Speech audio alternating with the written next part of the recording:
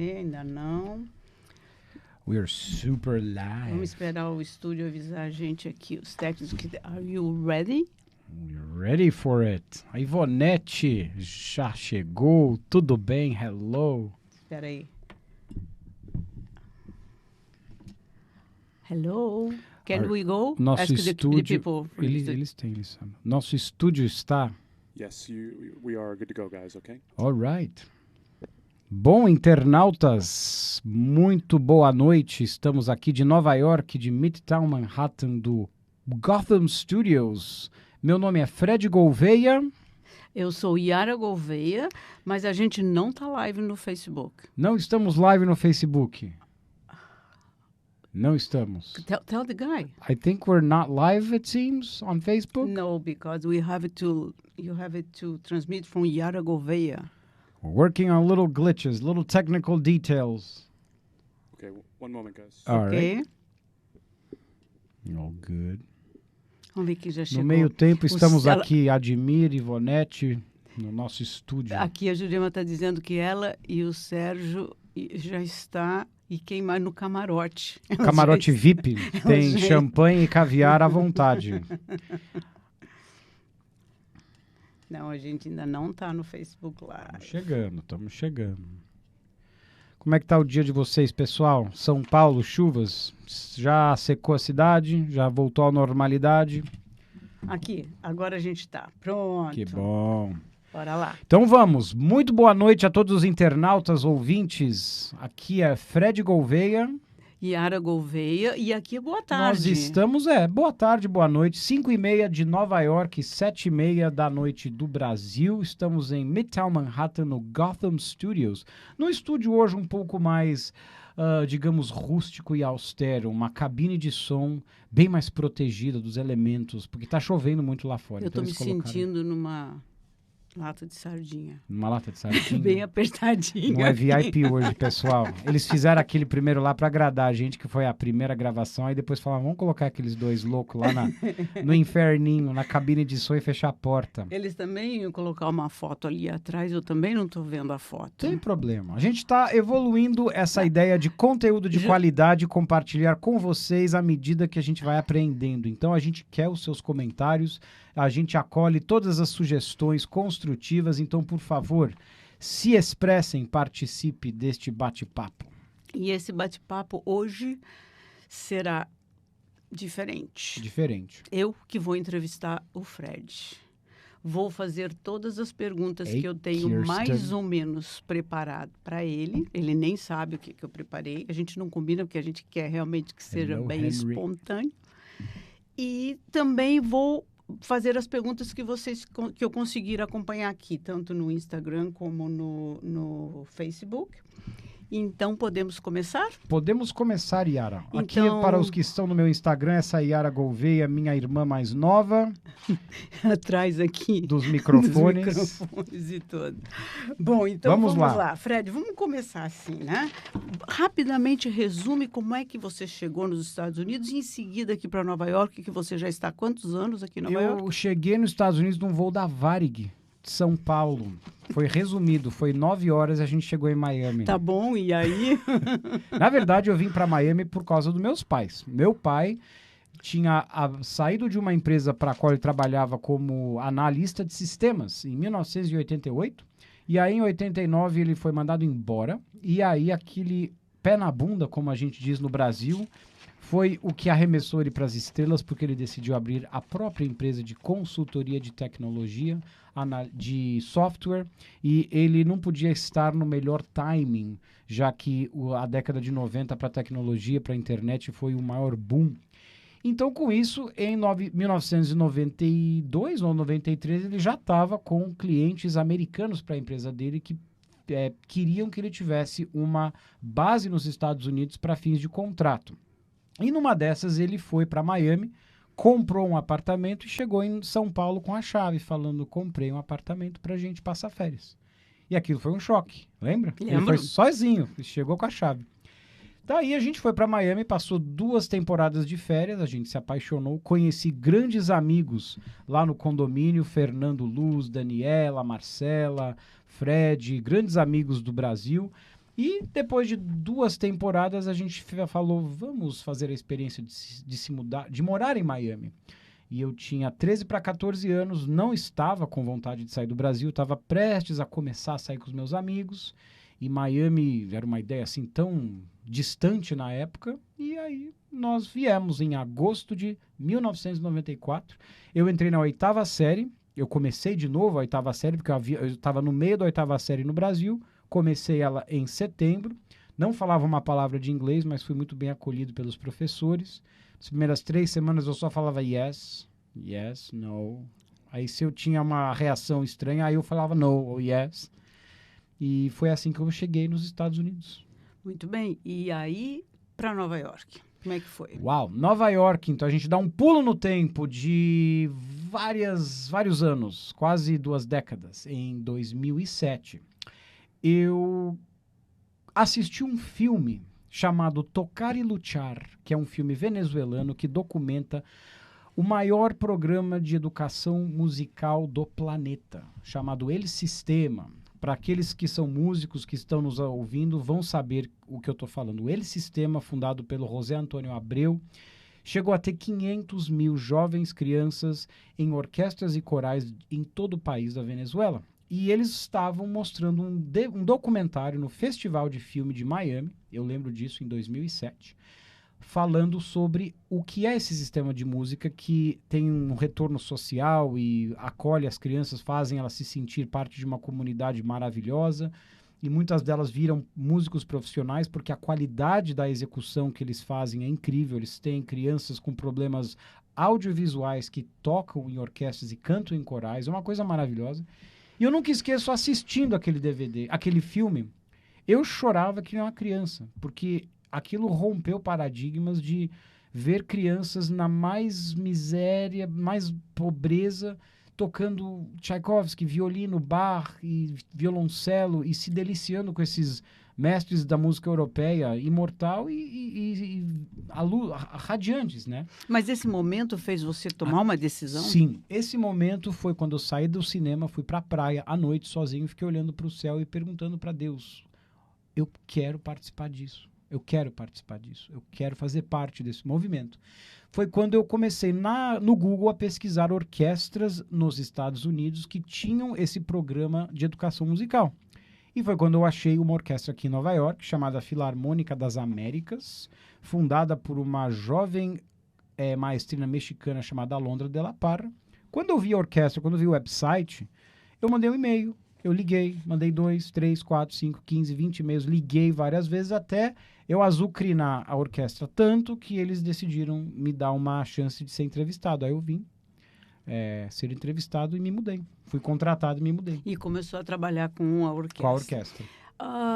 Você pode escolher, ou em Miami ou em Nova York, qual foi o seu maior assim, desafio, um dia que você lembra que você passou apertado? Uau, que eu passei apertado? Na verdade, foi em São Paulo. Agora que veio assim Tá bom, que vier. Na 5ª série, eu era muito ruim de ciência. Muito ruim de ciência. A gente estava tendo provas finais. E eu lembro que todas as classes estavam fazendo a mesma prova. Então, durante a prova, as pessoas ficavam vigiando quem ia no banheiro, porque a mesma prova ia ser dada para a próxima classe no período seguinte. E eu lembro que eu combinei com um amigo da classe do lado da gente se encontrar no banheiro para ele me passar a cola da prova. Só que o professor viu que a gente estava fazendo isso. Eu falei pro meu amigo, não fale nada para ninguém. O professor colocou ele contra a parede, ele me entregou. E aí houve uma santa inquisição na classe. Eu nunca esqueço disso, porque os 2 professores vieram, me apontaram. E aí eles basicamente notificaram que eu havia destruído a chance da classe inteira de fazer a prova normal de ciências, que eles iam ser dados uma prova mais difícil, porque eu havia colado no banheiro e eles não sabiam para quem eu já tinha passado a cola. Então eu fiquei meia hora naquela sala de aula chorando, ouvindo as acusações, aluno por aluno, de como, o que eles achavam que eu tinha feito e tal. Então foi um momento muito traumático. Mas isso foi em São Paulo. Isso. Eu vou tornar a pergunta aqui. Esquece então São Paulo, esquece Miami, vamos focar aqui em Nova York. Qual foi o dia mais surpreendente aqui em Nova York? Quando logo que você mudou, adaptação, qual foi o dia que se sentiu, vamos dizer, em casa? Se é que a gente se sente em casa em outro país. Legal essa pergunta, né? Que dia que eu me senti em casa? É. Então não é um dia de desafio, foi um dia... Não, eu falei uma coisa surpreendente boa, porque eu perguntei do desafio, você voltou lá para São Paulo, então daqui a pouco eu vou no desafio de novo. Beleza. Olha, um dia que eu me senti em casa foi um dos concertos que eu ajudei a produzir quando eu estava trabalhando para essa orquestra no Lincoln Center, que é um oásis da música clássica, um dos maiores centros de música do mundo. E nós havíamos alugado a maior sala do Lincoln Center, da Filarmônica de Nova York, justamente para homenagear num jantar de gala, depois do concerto da orquestra, haveria um jantar de gala para os patrocinadores, onde o homenageado da noite era o José Antônio Abreu, o fundador deste programa de orquestras venezuelanas que eu havia mencionado. Olha o poder da mente, olha o poder da visualização e da atração. E eu lembro que, estando durante o dia no ensaio geral e conversando com toda a equipe de produção do Lincoln Center, que são dos profissionais mais respeitados desse ramo no mundo, eu me senti em casa, porque eu vi que eu era a pessoa responsável por executar todo aquele evento, toda a parte musical, administrativa, de produção, de marketing, e eu me senti com uma certa importância, mas ao mesmo tempo muito alegre e orgulhoso de estar realizando algo tão bonito. E falando nisso, nessas apresentações da orquestra, eu lembro que uma vez vocês se apresentaram na Casa Branca para o presidente da época. Foi Como é que foi surreal isso, gente. Olha, então essa orquestra da Alondra, Grande Alondra, tinha vários excelentes membros no conselho diretivo, inclusive alguns do México, que conheciam a família Bush. Inclusive a família dela, eu acho que era amiga da família Bush. E a gente fez uma turnê pelos Estados Unidos que terminou no Kennedy Center em Washington. E após esse concerto, a gente haveria um coquetel de recepção na Casa Branca, onde a gente ia ser recebido pelo presidente e a primeira-dama. Eu não esperava isso, porque a gente preparou por 3 semanas enviando todos os dados, identidade, passaporte de todos os músicos para que eles fossem aprovados pelo serviço secreto. Inclusive teve músico que não foi aprovado para ir para a Casa Branca e teve que ir pro hotel. Não sei por quê. E eu nunca esqueço da gente saindo do Kennedy Center em 2 ônibus e indo para a Casa Branca. E a gente descendo, e aí nós éramos levados em grupos de 5 ou 6, depois que passava pelo detector de metal, para residência privada, onde tinha um elevador antigo. Você vê que era um elevador do século XIX mesmo. Só cabiam 4, 5 pessoas no máximo. E eu lembro que quando foi minha vez de entrar no elevador, que a gente subiu, depois de uns 20 segundos, quando a porta abriu, estava na minha frente o presidente Bush e a Laura Bush. Eu lembro que eu só olhei pra cara dele e falei, meu Deus, é igualzinho na televisão. Foi um momento muito legal. E eu fiquei impressionado, pessoal, porque por 2 horas naquela noite, dentro da residência privada da Casa Branca, ele foi apresentado para todos os músicos, todos os patrocinadores e membros do conselho e a equipe de funcionários, e ele lembrou do nome de todos, inclusive do meu. Eu falei, nossa, esse cara é um bom político. Em termos de político, né? Porque lembrou do nome de todo mundo. Eu nunca ia poder ser uma boa política, porque eu não lembro o nome de ninguém. E você é muito na lata, né, mãe? Você é muito honesta.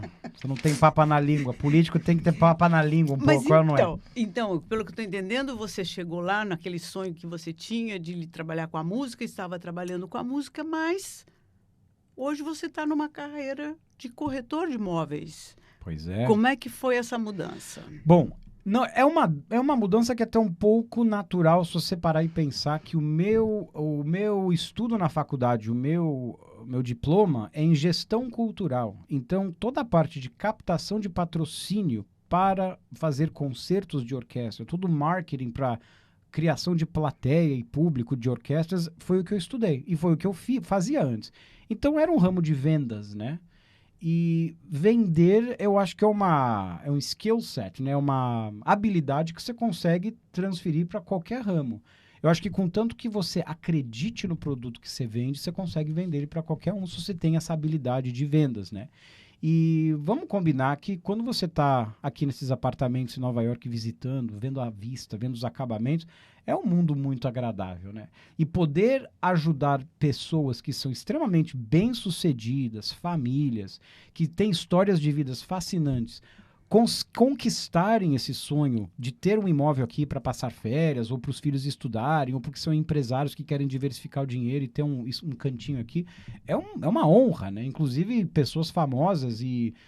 Então isso para mim foi uma alegria. É um ramo muito difícil porque ele tem muita concorrência e você tem que estar sempre se reinventando e estar resiliente com as oscilações, né, cíclicas.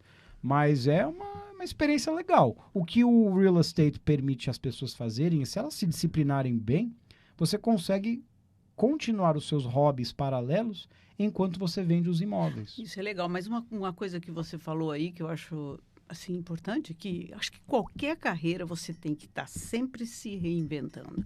Não é só nessa ou naquela, Com eu acho certeza. que todas, senão Especialmente você realmente para no tempo. No mundo de hoje. Oi, Ramon! Isso, vamos falar Jurema. um oi pro pessoal que está aqui. A Solange acabou de... Solange no Instagram, é novidade, porque ela só usa mais o Facebook. E eu já vi que o Rogério já passou por aqui. Oi, o dia. Rogério já está aqui no Facebook. Ele transita em todas as redes sociais. A Jurema está aqui também. Yane, tudo bem? Vanessa, Rico Freitas, Super Boots. Aproveitar Dioguinho. esse momento para convidá-los a fazerem perguntas. Isso. Esclarecerem dúvidas, seja de imóveis ou dúvidas ou de curiosidades, porque a nossa ideia, pessoal, é que isso seja um bate-papo de conteúdo de ideias valiosas, não só na parte de business de real estate, mas também de estilo de vida, de cultura, curiosidades de Nova York. Então, participem, vamos fazer esse podcast algo que vocês possam ajudar a gente a criar juntos. Por falar nisso, a gente combinou de pedir para eles, para o pessoal que nos assiste, e aí a gente vai aguardar, porque alguns assistem agora, mas muitos assistem depois gravado, principalmente no Facebook que fica gravado. A gente queria fazer uma enquete com vocês. Eu gostei mais desse daí, vamos trocar? Tô brincando, Fred. Nós queremos fazer uma enquete. Primeiro, assim, nós vamos, em 2 semanas, não fazer essa entrevista, essa série, porque a gente não vai poder... Eu vou estar viajando, em seguida o Fred viaja, então só daqui na 3ª semana seguinte é que a gente vai voltar a fazer. E nós queremos saber, a Silvia entrou aqui também, a Rita Calado. Eu queria saber o que vocês querem, que assunto que vocês querem que a gente converse, ou que convidado vocês querem, que se tiver dentro do nosso alcance, né? Ideia de convidado que vocês querem que traga aqui, que assim a gente vai montando essa ideia assim junto com vocês. E a outra coisa é que eu também agora já espalhei. A gente já está com podcast no Spotify, no Facebook, no podcast Google do Play. Google, da loja da Apple, que você consegue baixar. É só procurar o meu nome, Yara e Fred Gouveia Entrevista, a gente está lá, que a gente estava querendo procurar um nome para isso, mas o nome agora acho que não vai dar para mudar por enquanto. Se vocês tiverem dicas de nomes que a gente pode criar para essa série, a gente está aberto a sugestões. Mas já está, que se alguém quiser ouvir no carro, por exemplo, mas aí é gravado, né? Não ao vivo. Se alguém quiser ouvir no carro, em vez de ficar assistindo e tal, é só entrar no Spotify, segue a gente lá, ou no iTunes, no iPod, e você vai ouvindo, em vez de ficar assistindo no carro, no trânsito. Procura Yara e Fred Entrevistas, Yara com Y. Yes. Vamos lá. Então, a enquete é essa. Quando vocês quiserem, o que vocês gostariam de ouvir na próxima entrevista ou algum entrevistado, e a gente vai tentando colocar assim na agenda e para as próximas vezes. E ainda dizendo, nós vamos ter alguns convidados surpresa. Vamos lá. Dá para você me entrevistar, por favor? O que mais que eu quero saber? Tá. Fred, maior dificuldade nesse novo ramo para você? Que você já explicou como é que você caiu aqui nesse ramo de real estate. Acho que a maior dificuldade nesse ramo é você conquistar a confiança do cliente.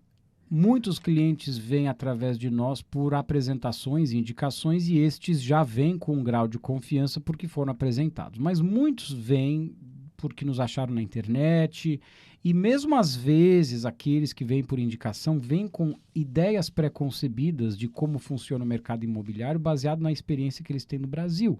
E nos Estados Unidos é completamente diferente. Então, um dos grandes desafios para nós que estamos assessorando compradores e investidores é fazer eles entenderem que aqui nos Estados Unidos todas as oportunidades do mercado são visíveis e transparentes para todo o mercado. Então, todas as imobiliárias colaboram e compartilham as suas propriedades entre elas, de forma que você realmente não precisa mais do que um corretor para mostrar o mercado inteiro para você. Então, às vezes é um processo um pouco decepcionante que você investe tempo, investe energia em mostrar várias opções pontuais e acaba que algumas vezes o corretor que representa a outra ponta exclusivamente, lembra que sempre tem 2 corretores, 99% das transações tem 2 corretores, um que representa o proprietário exclusivamente, um que representa o comprador exclusivamente, de acontecer de o corretor do proprietário falar, olha, esse seu cliente que você está falando veio ontem com fulano, com ciclano, porque Nova York é uma cidade pequena onde as propriedades disponíveis não são tantas, não tem tanta oferta assim. Então, essa é a parte mais desafiadora, mas passado essa etapa, a gente tende a ter um relacionamento muito bom. Você lembra de alguma história para contar dessas? Quantos anos você está no mercado de... 8 anos. 8 anos. E em Nova York, quantos anos? Há 13 anos em Nova York. Vai fazer 13 anos em Nova York. Tá, 8 anos. Nesses 8 anos, você lembra de algum, sem falar nomes, é lógico, de algum cliente que teve alguma história ou engraçada, ou que desafiadora, ou... O que você vem à mente? Bom, eu tive uma situação engraçada que um cliente que é uma celebridade no Brasil tem um apartamento maravilhoso que eu vendi para ele aqui e uma outra celebridade estava precisando alugar um apartamento para a filha dela estudar. Mas essas 2 celebridades que você está falando, você não pode falar o nome, porque eu sei que elas vou falar daqui a pouco. Deixa o mistério, deixa eu ficar um pouquinho no mistério. Eu sei que essas 2 deixam falar o nome. Deixa eu ficar no mistério. Eles realmente permitem que eu fale, mas eu quero ficar no mistério um pouquinho. Tá. E aí eu liguei para o meu cliente e falei, olha, tem essa pessoa que a filha está precisando alugar um apartamento, pensei no seu apartamento. Só que o seu apartamento é $18 mil, valor de mercado. E eu acho que ela não vai subir mais do que 10. Ele falou, não, mas ela é muito grande no Brasil, leva ela para ver o meu apartamento. A gente foi no apartamento, ela adorou a vista, um apartamento maravilhoso no Upper East Side. E tem uma foto enorme do dono do apartamento, que ele é um jornalista. E ele falou, Fred, faz um favor, pede para tirar uma foto dela do lado da minha pintura. Eu falei, deixa eu perguntar. Se pode. Aí eu falei, ele tá perguntando se pode tirar uma foto. Ela, claro, com o maior prazer. Tirei a foto, mandei para ele por WhatsApp. Eu acho que não deu meia hora, já estava na rede social e nas notícias a notícia bombástica de que ela não queria alugar o apartamento dele para a filha. E aí deu, assim, a celebridade não ficou chateada, ela nem desencanou, super tranquila. Mas a colega que havia me apresentado para ela ficou muito brava. Eu falei, mas foi além do meu controle, né? Mas foi engraçada aquela experiência. Acho que conta essa conta como você não é engraçado, E Fred, conta pra gente, como é que está o mercado atualmente de brasileiros aqui, de venda de brasileiros de seus próprios apartamentos e o mercado em geral de real estate? Bom, real estate é imóveis, né? O mercado de imóveis aqui a gente chama real estate. Para os brasileiros, deu uma aquecida desde o final do ano passado. A gente vê que a taxa de juros Selic no Brasil não para de cair, ela está em 4,25%, que é muito baixo. Então, deixar o dinheiro na poupança é literalmente perder dinheiro, porque os juros são tão baixos e a inflação do Brasil também não é baixa, que muitas pessoas estão diversificando e algumas imobilizando. Então, a gente está tendo mais pedidos de compradores que a gente não tinha nos últimos 2 anos. E o mercado em geral aqui em Nova York, a gente conversou um pouquinho sobre isso na semana passada, teve um mega boom de estoque que foi entregue nos últimos 4, 5 anos, em virtude dos chineses, indianos, russos e compradores estrangeiros, na época de 2009, 10, 11, 12, estavam comprando tudo aqui. Então, os incorporadores projetaram muitos prédios para poder atender essa demanda. Só que quando os prédios foram entregues, esses compradores, em grande parte, sumiram. Então, diminuiu bastante a procura e ficou essa oferta aí, que começou a cair os preços. E uma coisa para Nova York muito raro de acontecer, é um mercado super estável. Devagar e sempre, ele gradativamente cresce. Desde 1990, a média de crescimento é 4%, 5% de valorização. Só que de 2015 para hoje, então nós estamos falando aí de quase 5 anos, o mercado deu uma caída de uns 30%, dependendo dos bairros até um pouco mais, um pouco menos. Então é um momento bom para comprar e a gente vê que como a gente se especializa muito com o cliente brasileiro, a gente está vendo que tem mais brasileiros se interessando aqui para colocar um pezinho na Big Apple. Respondeu sua pergunta? Respondeu. Eu estou vendo os comentários aqui. Engraçado, o Rogério quer falando aqui, a Jurema está perguntando se a celebridade é ele. Bom, enfim. Celebridade sou eu. Deixa eu te perguntar uma outra coisa que eu ia dizer. Eu sei que você, nesses 8 anos de carreira, você esteve em 3 empresas diferentes. 3, não, 4, né? Na 4ª. Conta como é que foi isso, onde você começou e por que mudou e por que está onde estamos hoje na New York Casas. Eu comecei numa empresa grande chamada Corcoran, que é uma das maiores do mercado da Realogy. Comecei porque eu li um livro da fundadora chamada Barbara Corcoran, onde ela conta a história pessoal de superação, onde ela pegou um empréstimo de $1.000 do ex-namorado e transformou a imobiliária dela nos maiores impérios. É uma daquelas histórias de sucesso em Nova York que você se delicia quando lê, porque é incrível, te inspira. E aí eu gostava da marca Corcoran, da logo, eu via nos metrôs, eu via nas ruas, então fui lá e nós encontramos uma excelente corretora chamada Daniela Sassoon, que virou uma amiga, uma excelente colega e mentora que me ajudou nos primeiros anos. Espero que, se ela estiver assistindo, que ela receba meu caloroso abraço de gratidão. E eu entrei na Corcoran, graças à apresentação dela, e trabalhei lá por 2 anos. Daí houve uma oportunidade de eu me mudar para a empresa da família Trump Realty, que na época não tinha nenhum envolvimento com a política, porque isso foi antes da candidatura do Donald Trump. Você conhecia alguém da Trump? Não, como aconteceu de maneira interessante. O gerente do meu escritório da Corcoran foi convidado a ser o presidente da imobiliária Trump.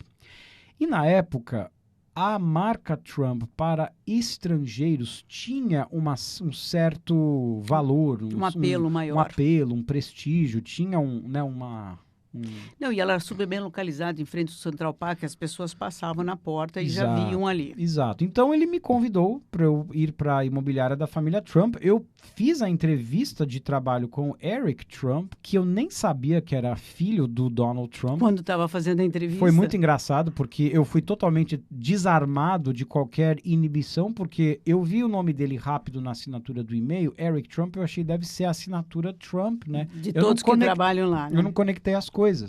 Só que durante o almoço eu fiquei olhando para os olhos dele, para a sobrancelha, eu falei, esse menino é muito parecido com o pai. Aí durante as perguntas e as conversas ele estava falando com tanta desenvoltura, eu falei, meu Deus, é o filho do homem. Bom, ficamos lá por 2 anos e adorei a experiência, só que com a candidatura do Donald Trump a gente começou a ter uma polarização ainda maior dos clientes, os que eram contra e os que eram a favor. E os que eram contra começaram a querer se desvincular de trabalhar comigo única e exclusivamente pela posição política. Aí eu falei, bom, isso aqui, eu não estou aqui para fazer política para lado nenhum, estou aqui para vender imóveis. Então eu me mudei para uma empresa de tecnologia startup chamada Compass. Espera só um pouquinho aqui, estou gostando que a Jurema está me ajudando a lembrar aqui de perguntas, isso ajuda. Isso aí, tia, dá uma força. Vamos lá. Esther, tudo bom, querida? Bom estar contigo. Qual obrigado, Esther Chatan. Oi, beijo, Esther. Então, a Compass, ela é uma empresa de tecnologia que está crescendo de maneira vertiginosa, frenética e... Falar nisso, a Esther Chatan é uma boa para a gente convidá-la para fazer entrevista, Boa, Esther. conta quem é a Esther. Até quando você vai estar aqui em Nova York, de repente a gente pode entrevistar, hein? A Esther Chatan é uma das fundadoras da Ornari, uma marca maravilhosa de superfícies, armários, closets, cozinhas.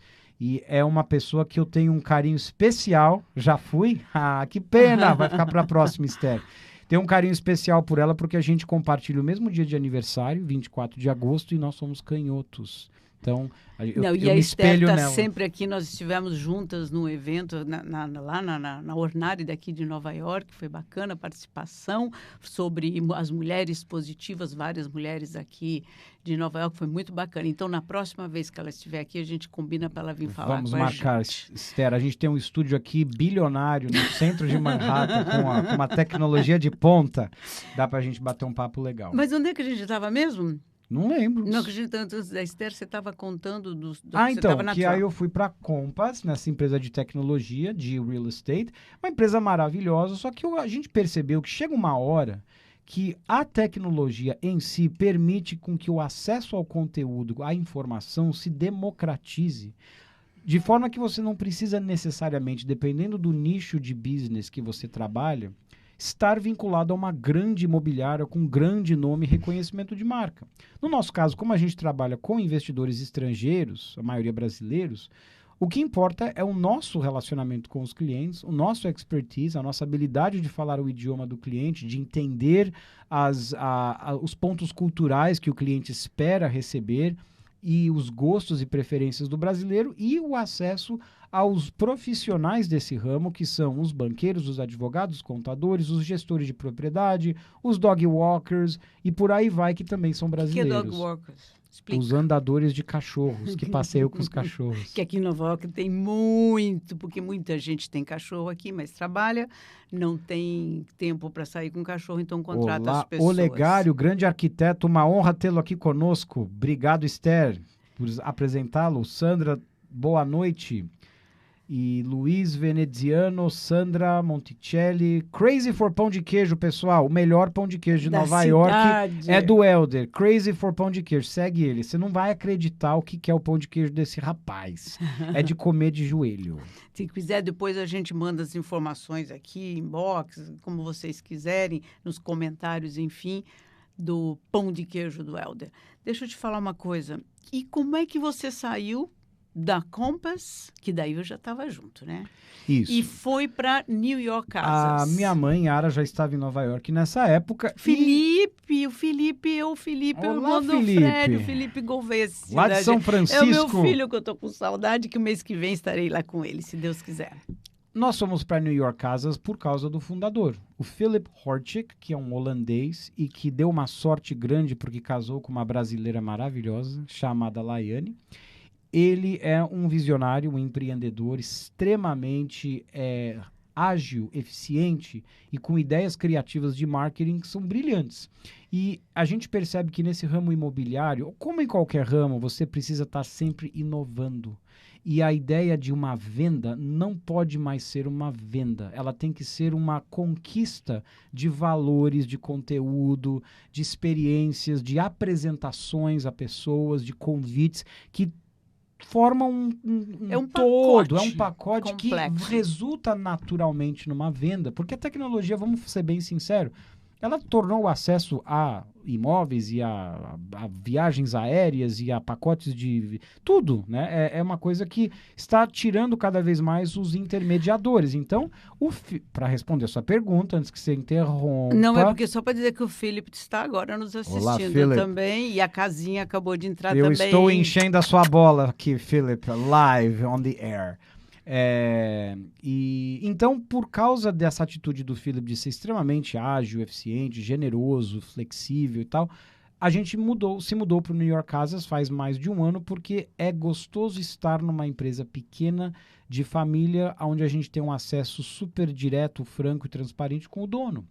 E a gente gosta. Não, e pela minha experiência que venho, como eu já tinha até falado na semana passada, que venho de uma empresa pequena também, é essa coisa de saber lidar com o cliente internacional, que não está acostumado com tudo que o local está. E a New York Casas, e nós também somos muito focados, a gente tem uma experiência bárbara em pegar a mão do cliente, andar pela cidade, até escolher os imóveis, até finalizar e até depois ajudar onde é que fica a dica de qualquer coisa que ele venha precisar. Então, é uma maneira diferente de trabalhar da maioria das empresas. E é uma coisa tão boa a gente não fazer parte da maioria. Olá, Casinha. Casinha está aqui conosco no meu Instagram. Valdecir Yara, você lembra de mim, o Valdecir do Cartório, amigo do Ricardo, falecido Ricardo, meu marido? Claro que eu lembro, Valdeci. Um beijo grande para você. Que bom ter você aqui. Adorei. Venha sempre. A gente vai fazer uma vez por semana. Então, sempre procurar manter o mesmo horário, o mesmo dia, mas daqui 2 semanas, não. Porque Qual é estaremos viajando. Próxima pergunta picante que você tem para mim aí. Espera. Picante? Picante. Não, vou sair um pouquinho. Precisa aumentar o Ibope. Tá muito baixo esse Ibope. Eu já então chego lá. Vamos lá para as perguntas. Eu vou deixar o hot seat para o final. O que eu quero dizer é o seguinte. Você falou uma coisa, saindo um pouquinho do negócio de mercado, uma coisa legal, que eu gosto muito. Você, que livro está lendo hoje? Nossa. Vários. Não estou lendo nenhum livro no momento. Tá bom. Então me diga... Deixa eu lembrar agora. Dos últimos livros que você leu, um que tenha te marcado bastante.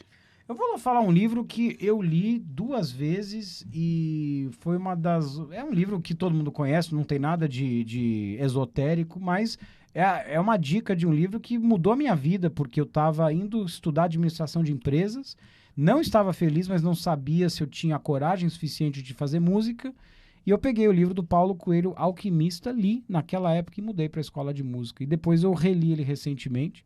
Tá aí uma dica de um livro maravilhoso para quem ainda não leu, né? Então, fica a dica. O Alquimista, do Paulo Coelho. Maravilha. E saindo do livro, um filme. O Físico, do Noah Gordon. Ele está no Netflix, em inglês chama The Physician. Ele é baseado no romance que o Noah Gordon, autor americano, escreveu sobre a história verídica do primeiro hospital da Europa, da Inglaterra, na Idade Média, no início da Idade Média. E é a história de uma jornada fascinante e épica desse jovem médico que sai, barbeiro, que eles chamavam na época, um barbeiro, que saiu da península da Grã-Bretanha no ano de 1300. Isso logo na época da praga bubônica, que fala em português, da praga, aquela bubônica. Não era. Era negócio do apêndice da mulher. Não, mas eu estou falando na época histórica onde houve a grande epidemia da praga bubônica. E ele vai para o mundo árabe. E ele se disfarça de judeu para poder entrar no mundo árabe e aprender de um hakim, que era um médico da época, todos os avanços científicos que o mundo árabe da época tinha. Obrigado, Esther. Peste bubônica. Pronto. Praga é a capital da República Tcheca. Peste bubônica, e ele aprende todos os segredos da medicina mais avançada no mundo, que na época ficava na Pérsia, e ele volta para a Inglaterra e funda o primeiro hospital, de fato, que a Grã-Bretanha teve, que inclusive é muito legal no filme e no livro, eles falam que tinham músicos que tocavam o dia inteiro para os pacientes dentro dos quartos do hospital. Eu achei aquele dado fantástico.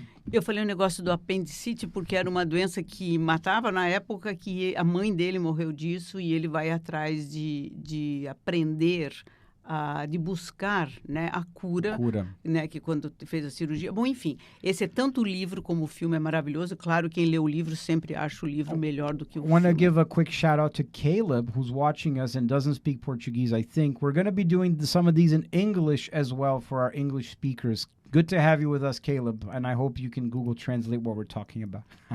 Legal.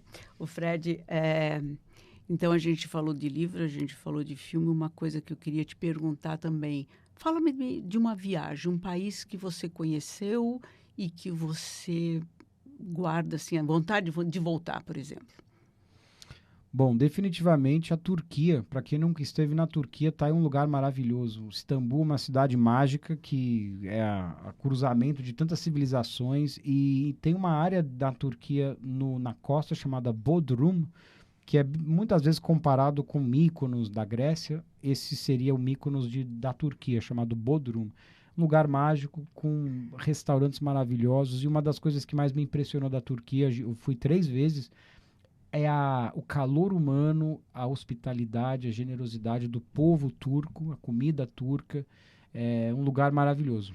Eu perguntei isso porque o Fred sempre gostou de viajar e sempre que pode, ele tem uma oportunidade, ele vai atrás de conhecer novos lugares e fez também muitas viagens por conta dos negócios e levar, fazer palestras sobre empreendimentos em vários países. Tanto é que nós não vamos fazer a live nas outras semanas, porque ele está indo agora também a trabalho para Londres e Lisboa. e Aproveitar Lisboa. que você falou de estarei em Londres, para aqueles que, se esse podcast chegar lá em Londres, eu estarei em Londres dos dias 27 de fevereiro a 1º de março e adoraria encontrar com pessoas bem relacionadas para falar sobre o mercado imobiliário de Nova York ou para a gente se conhecer.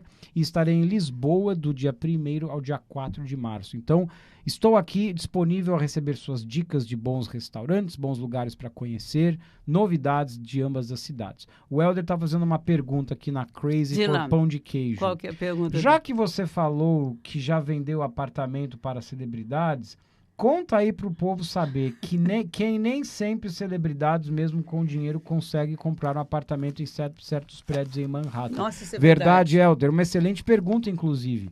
Vamos falar então do que o Helder mencionou da Crazy for Pão de Queijo. Aliás, próxima vez, Helder, vamos combinar? A gente quer fazer o nosso próximo live comendo pão de queijo aqui. Puxa, mas que ao boa vivo, ideia, com um para cafezinho. deixar vocês com água na boca. Boa ideia, gostei Vamos dessa. responder a pergunta do Helder.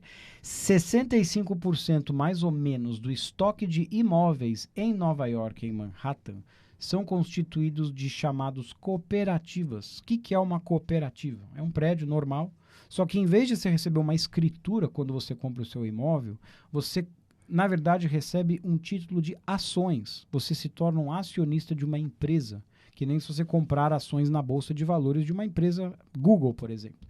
E o número de ações é equivalente ao tamanho do apartamento que você compra. Os co-ops são um fenômeno raro de estilo de posse de imóvel que aconteceu em Nova York. Tem pouquíssimos em Chicago, São Francisco e Miami, mas pouquíssimos. Mas em Nova York ele aconteceu em virtude da cidade de Nova York, na década de 60 e 70, se tornar cada vez mais cara de se viver, e as pessoas começaram a sair de Nova York.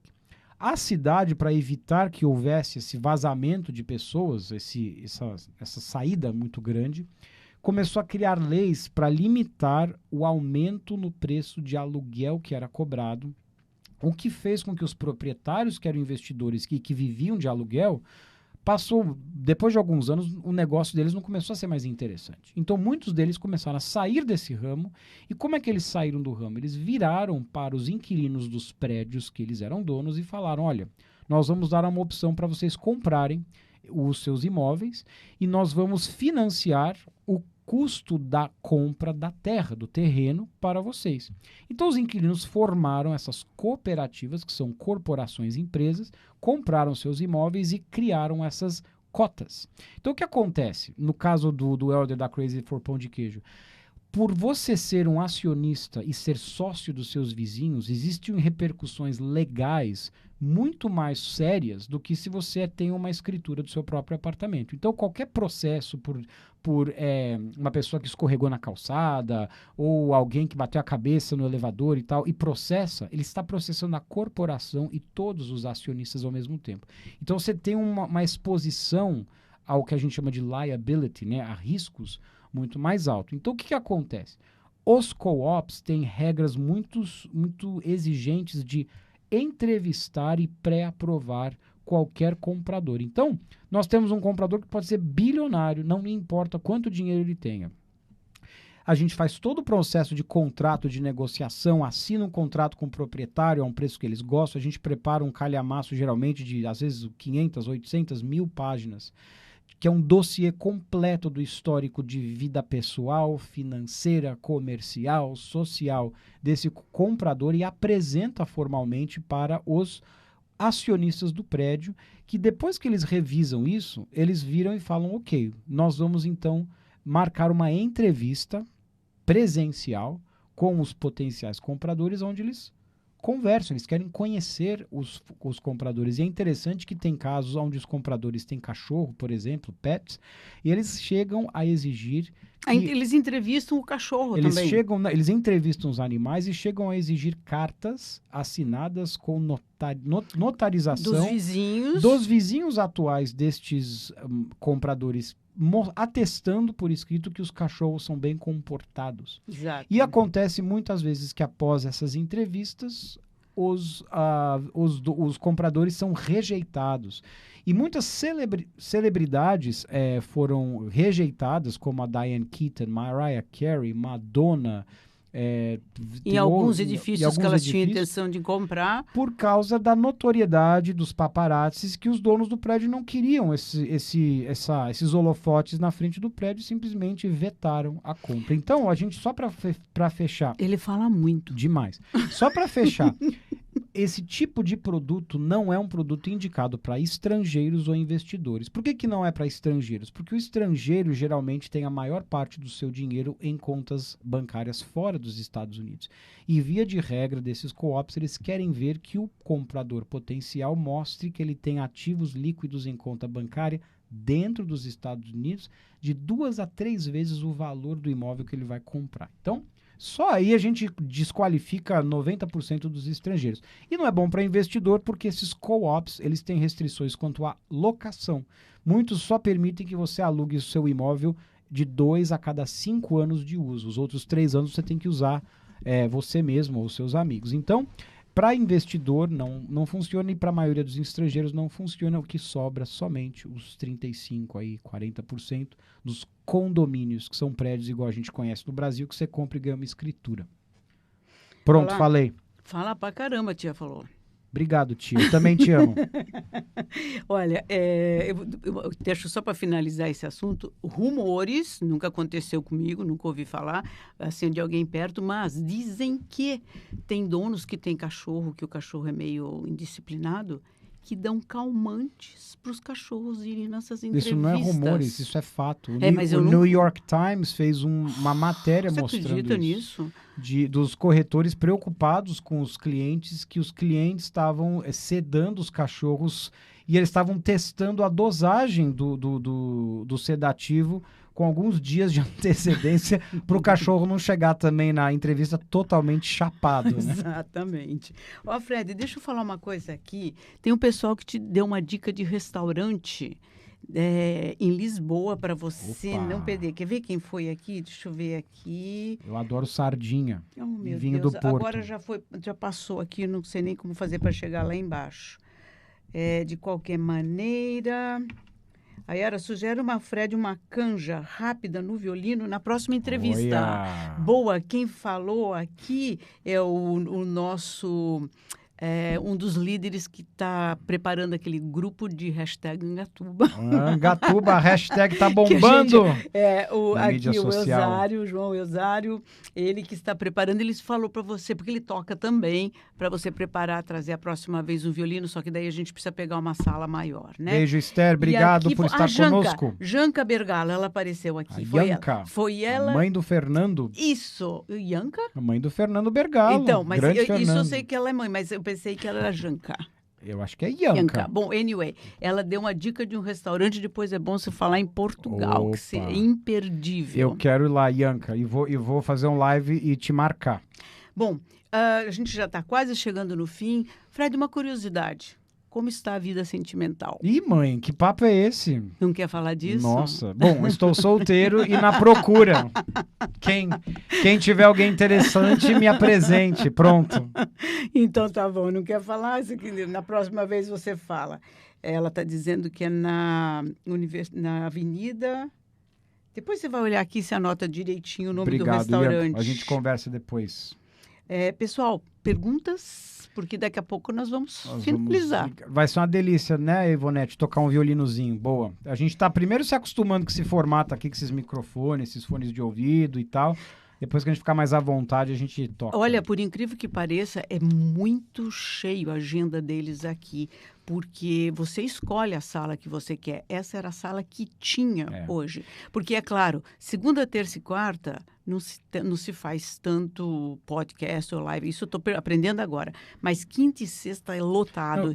Então, a gente tem que marcar com antecedência para escolher aquela sala que é maior, que você pode tocar. Quem sabe um dia até eu trago o teclado e toco também, né, Rogério? Então, amigos, isso é legal que a Yara está falando, que é interessante fazer um comentário breve sobre isso. Esse é um fenômeno de popularização, democratização de um veículo de comunicação que é o rádio, que até recentemente a gente só tinha os que estavam na FM, né? E da mesma forma que a gente só tinha os canais da televisão e hoje a gente tem a televisão on demand, o Netflix, o Amazon, a Disney on demand, o YouTube on demand, esse é um tipo de formato que nos últimos 10 anos também está se transformando on demand, onde todos podem fazer conteúdo para todos com um custo e acesso muito fácil. E as pessoas vão personalizando os playlists de acordo com os temas que elas mais gostam e também daquelas pessoas que elas têm uma interação direta que a gente está tendo aqui agora. Então, isso só tende a crescer, esse tipo de Fred,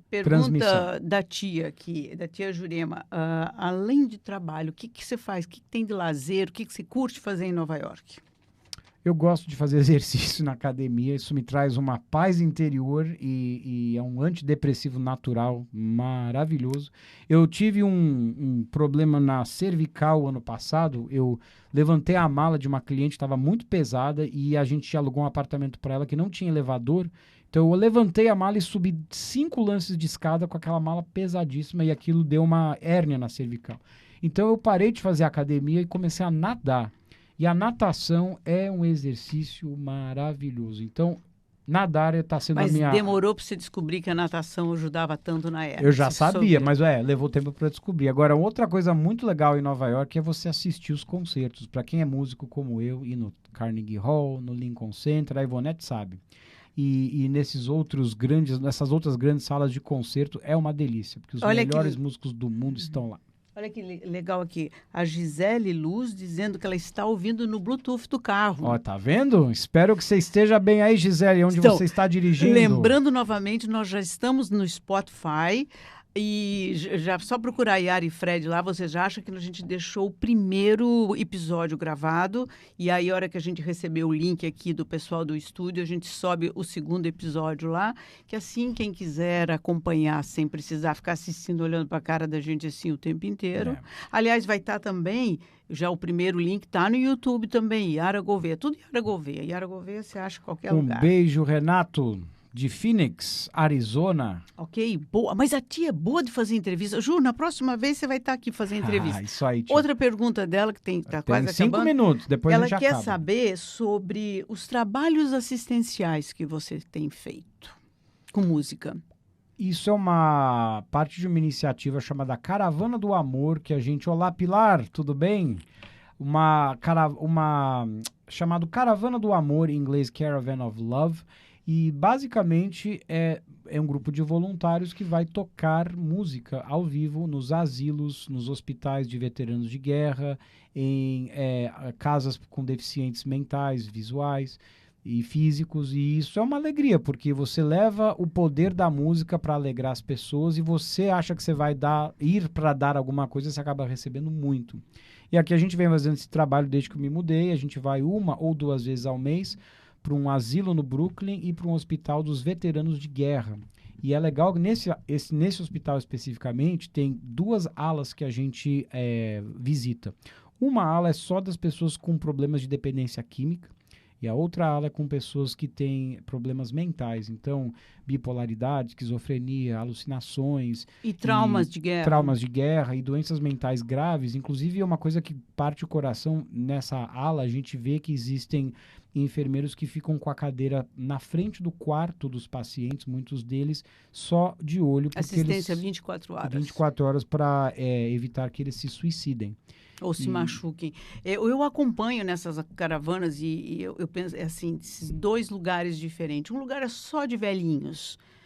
Velhinhos não dá aquela mesma tristeza, apesar de que muitos estão lá, as famílias nunca vêm visitar, a gente sabe disso, do que no hospital. Porque os velhinhos já estão ali, já viveram uma vida toda, geralmente são bem velhinhos, mas estão com saúde. Eles estão ali com assistência, não precisam estar no hospital, mas muitas das vezes não andam e tal. E tem uma senhora que me surpreende muito toda vez que a gente está lá, porque ela é cega e ela foi pastora. Como é que é mesmo o nome dela? Dorothy. Dorothy. Quantos anos ela tem? 92? 95 anos. Ela é a que mais canta, ela solta aquela voz e eles ficam super animados e quando a gente vai despedir, eles falam, volta logo, volta logo. Isso é muito querido. Legal que você mencionou isso, tia, porque eu quero empoderar os internautas a fazerem esse tipo de trabalho, porque você não precisa ser músico profissional. Eu tenho um playlist no Spotify chamado Caravan of Love. Eu vou até escrever nos comentários aqui. Caravan of Love no Spotify. Se vocês colocarem esse nome no Spotify, vai aparecer uma playlist de músicas que a gente toca, que são músicas super conhecidas, com letras extremamente empolgantes, e você só precisa de uma caixinha de som e algumas pessoas com boa vontade para aparecerem nos asilos, e para dar uma hora de alegria para os pacientes que muitas vezes estão lá totalmente abandonados. E você não precisa fazer nada, é só pegar o telefone, ligar para o hospital e falar, nós somos voluntários, nós queremos tocar música, e a maioria deles deixa sem problema nenhum. Olha quem está dividindo online com a gente a câmera, a Bárbara. Oi, Bárbara, tudo bem? Saudades! Eu também. Legal estar aqui contigo. Muito bacana, tenho orgulho de vocês. A gente estamos juntos, estamos felizes com essa tecnologia. Junto, nem fala, não é fácil. Trazendo pertinho aqui no microfone para poder ouvir. A Bárbara é uma amiga querida que a gente, quando morava em Miami, estava sempre lá junto. Curtimos muitas coisas juntos. Cozinha como ninguém, foram muitos jantares deliciosos. Uma hora que você estiver por aqui, a gente também entrevista a Bárbara. Vamos. Bárbara, beijo grande. Adorei dividir com você a live aqui. Tchau, tchau. Bom, a gente está quase fechando. Faltou alguma pergunta, alguma curiosidade aí? Deixa eu ver com a tia que gosta de perguntar. Peraí, deixa eu ver aqui. A tia, eu tenho medo quando ela tá querendo perguntar. Porque nunca sabe, né? Ah, não, ela tá falando que ela tem orgulho de você, Fred. Eu também de você, tia. Tamo junto. Obrigado. Então é isso. Bom, pessoal, então nos vemos depois do carnaval. Em março. Exato. Desejamos um bom carnaval para todos, todos. com responsabilidade. Curtam. E em março estaremos juntos com uma surpresa, que será o nosso convidado, que a gente também não sabe quem vai ser. Lembrando, estamos no Spotify, no iPod, nos podcasts da Apple, no YouTube, Facebook, e pedimos comentários e sugestões construtivas no inbox, especificamente do que vocês querem ver, ouvir, convidados que vocês querem que nós entrevistemos e um nome para esse experimento, essa experiência que a gente está fazendo. Essa série que a gente está fazendo juntos. Que quando eu falei para ele, Yara e Fred Gouveia entrevista, ele fez assim. Ó, a Cuca está dizendo aqui, preste atenção. Fala para o Fred ir no restaurante A Salgadeiras e pedir a trilogia de bacalhau. Tem que reservar. Deus. Lisboa, beijos. Fiquem com Deus, amém. Vou reservar agora. Pessoal, tudo de bom. Beijo grande. Até breve. Fiquem com Deus. Tchau, tchau. Avisa o pessoal lá para finalizar ali também, Fred. And we're done. We can cut. Olha, 30.